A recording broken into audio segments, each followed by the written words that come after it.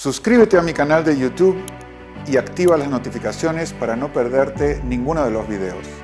Y si te gustan, dale like y compártelos.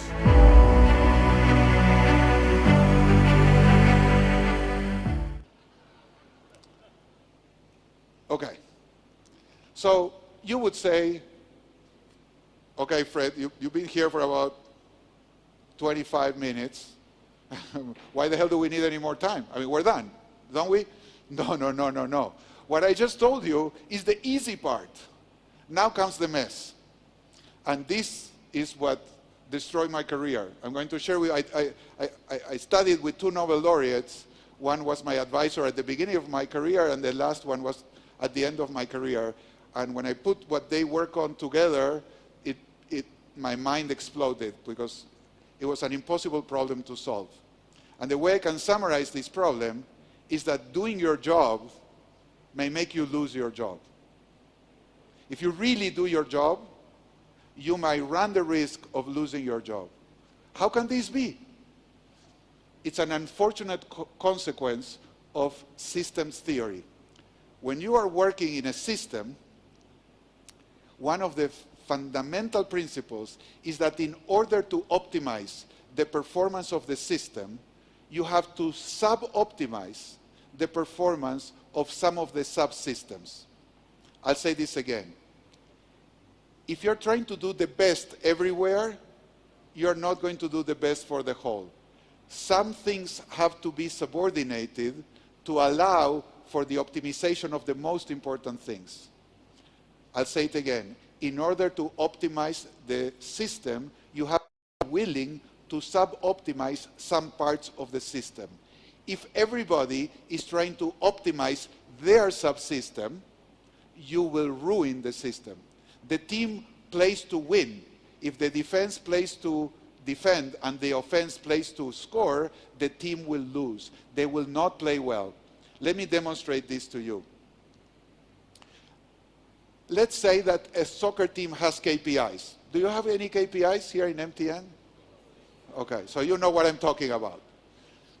Now, this is not going to be rocket science. We're talking soccer.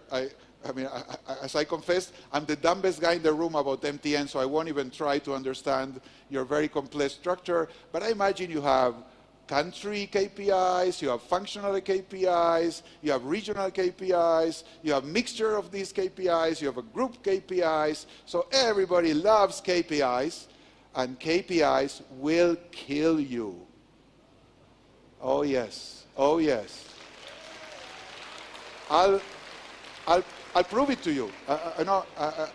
Most people say like, oh, come on. Yes, I'll prove to you that if you use KPIs without wisdom, without judgment, they will destroy the organization. So what would be a typical KPI for the defense? Prevent goals, okay? That's what you say. You know, if you're a defensive player, okay, how do you know if the defense is doing a good job? Well, if they allow 20 goals, they're clearly not doing a good job. And if no goals, they did a good job. So that would be a natural KPI for the defense. What about the offense? Well, how many goals you score? I mean, of course, this is obvious. Look at what happens. If I offer you, let's say you're a defensive player, and I'm going to give you a big bonus depending on how many goals you allow. Let's start with, let's say I'll give you $5 million, but I'll subtract $1 million for every goal that gets scored against our team. I mean, that's a strong incentive. That's a big incentive. I want to win the World Cup, so I'm going to give the defense the best incentive system that I can think of. And now, which one do you prefer? Do you prefer to win 5-4? Or are you better off when we lose 0-1? When do you make more money? Yeah, I know what you're thinking. Oh my God. We make a lot more money when the team loses. Because, one goal, 5 minus 1, I get $4 million. We win 5-4, yeah, we won, but I only get 1. That's a big difference. Something's wrong with this, no? It is wrong. But the wrong is not with the example. Give me a system of KPIs, I'll show you how to make part of the team play against the objective of the team. It can always be done. There's a theorem. I'm not using mathematics, but trust me, that's a theorem. The same thing happened with the offense. Would you prefer to win 1-0 or lose 4-5? Well, if you're being rewarded on how many goals the team scores, 4-5 is great. Why? Because, hey, you scored 4 times. It's the defense's fault. You can blame the defense. They lost the game. We won. We scored 4. No, unfortunately, it doesn't work like that. I'll explain to you what the problem is.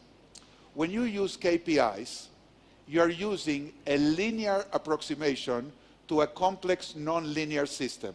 You cannot put Humpty Dumpty together by taking pieces and adding them up. It doesn't work. That's why it's called a system, because it's interconnected. People have to interact. So you cannot just say, I'm going to do the best in this part of the system, and I don't care about the rest. No, you cannot do that. If you do that, at some point you're going to be playing against the team. I'll give you a very, very typical example. So, well, you've seen, we've been managing a little flexibility with the time. So we originally said this talk was going to be 2 hours. And then the agenda got a little tight and it was a little late. And people asked me very gently, Fred, would you be okay if we cut down some of your time? And my answer was, it's not my time. It's your time. I'm here to help this conference be the most successful that it can be. If you have an hour and 45, we'll make it. If you have 1 hour, I'll do the best I can in an hour. I mean, you tell me what you need, and I'll adjust. I'll give you the trade-offs. I'll explain to you, of course, I can do more things in 2 hours than in 1 hour, but that's irrelevant. Even as an Argentinian, I said, it's not all about me. How about that? This is what I've learned, in the 30 years that I lived outside of Argentina. It's not all about me. There's no KPI. It doesn't matter. This conversation is irrelevant if it doesn't translate into you doing something different. When I got to MIT, I was hired to teach at the business school. It was the dream of my life. I always wanted to be a teacher. And I thought, now what does a teacher do? And I answered myself, a teacher teaches. So now I'm a teacher, I'm going to teach. I'm going to teach the MBA students at the Sloan School, and I was very excited. And as I taught the first 2 or 3 classes, I had a huge disappointment because I realized teaching is absolutely worthless. It doesn't matter. How do you know if a teacher is good? Not looking at the teacher teach. You know a teacher is good because the students learn. So I changed 180 degrees and I realized I am not a teacher, I'm a helper of learners. But my KPI is not how good my class is for me or how much of a show I can make. The KPI is how much the learner is able to learn something that will make a difference in his or her life. That's a totally different, that's service orientation, which is one of your values. Lead a service. And that was a big difference for me. My KPI is not about me, it's not my part of the system, it's how do I contribute to the larger purpose. This is a way of life. And everything in this company is to send that message to you. The way of life and MTN needs to be about our purpose, and my value is my contribution to that purpose. It's not what I do, it's how what I do contributes to the larger purpose, and I will do whatever it takes. And maybe I can contribute more by cutting my presentation to 90. I hope you're not thinking that. Fred, you want to really contribute? Get out of here and let someone else take the stage. Okay, that would be very painful. But you lost the bet, so now you have to listen to me. What can I say? I bet you at the beginning. So now you're stuck for an hour and 45 minutes. Then you can say it wasn't the best thing. But we're trying. So this is the way to think. Your job is not your job, but it's to help your company achieve your purpose. But the purpose of the company may require that you do some things which are not the most convenient for your KPI. So, for example, the goalie of Germany, Schumacher, was in the Mexican goal for the last 3 or 4 minutes. There could have been an extra goal scored against him. So in the statistics, he would look worse. Because instead of losing 2-1, they would have lost 3-1. I say, oh, that goalie, he allowed 3 goals. And it would be true. But why did he do that? Because the risk reward for the team of him being able to score versus losing 3-1 was good. He was a better contributor to the purpose by going forward and risking to be scored against and worsening his KPI for the sake of maximizing the probability that the team will achieve the purpose. You see how the logic works? It's always like that. But it's very dangerous if you're the only one who does that and everybody else is playing for the KPIs, then you look competitively worse. So it's a struggle in the organization. And you say, okay, so what is the consequence when people use KPIs without wisdom? And everybody thinks my job is to optimize my KPI. Well, I don't know if this happens with you, but I'm going to tell a story.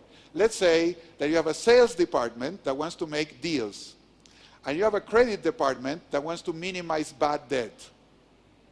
Do you know that? Is that reasonable?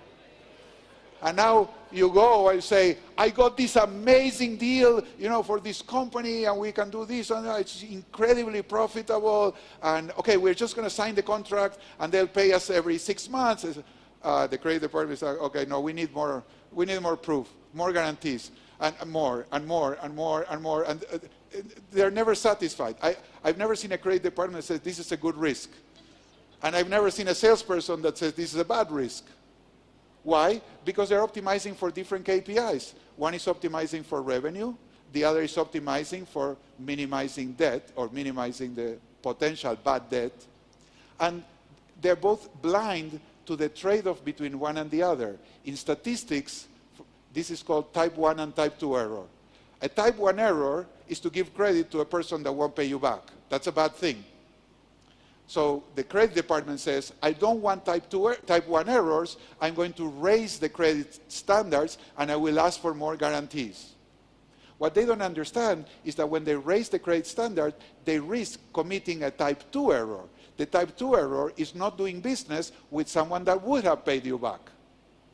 So nothing is free. You want to be safe, then you're going to lose profitable opportunities. You want to maximize profit, you have to run some risk that somebody might not pay you back. And the optimum is in the middle. The optimum is to have some bad debt. That's a shock. But if you think about it for a minute, you realize if your company has no bad debt and everybody pays, you're not extending enough credit. You're not taking enough risk. And I'll give you a personal interpretation that I use in my life. If every so often I don't get screwed up, betrayed by other people, I'm not trusting enough. Of course, it sucks. I mean, I hate it when someone takes advantage of me, but I don't feel proud to say nobody takes advantage of me, because that means I'm not giving enough, I'm not open enough. And it's true, some people have taken advantage of me, and probably they will in the future, but the people with whom I've been able to create trust by building and risking, I've made the best deals in my life. So it's way positive. I feel I have a big provision for unrecoverable debt in my personal accounting system because I've been blessed with great relationships that I built on taking risks with one another. So that's a little example of what happens when people manage with KPIs. Now I can imagine that you have some examples of typical conflicts between teams with different KPIs in the organization. So I have a few questions like this that are just to help you translate this into a real, into your real life, so it's not so academic. And what I'll ask you to do is work with someone that's sitting next to you. Just very briefly, just 2 or 3 minutes to share. Pick one example, what you have seen, that people get into a fight or a tug of war because their KPIs are leading them to oppose each other. It could be the legal department, it could be the technology department saying we're not ready to launch, and the marketing department saying, well, we're going to miss our market window. It could be the safety people versus the product managers. I mean, there are infinite stories. So I'll just give you 3 minutes, a little bit, just to share with someone what's your best example of how the organization plays against itself. Just 3 minutes. Go ahead.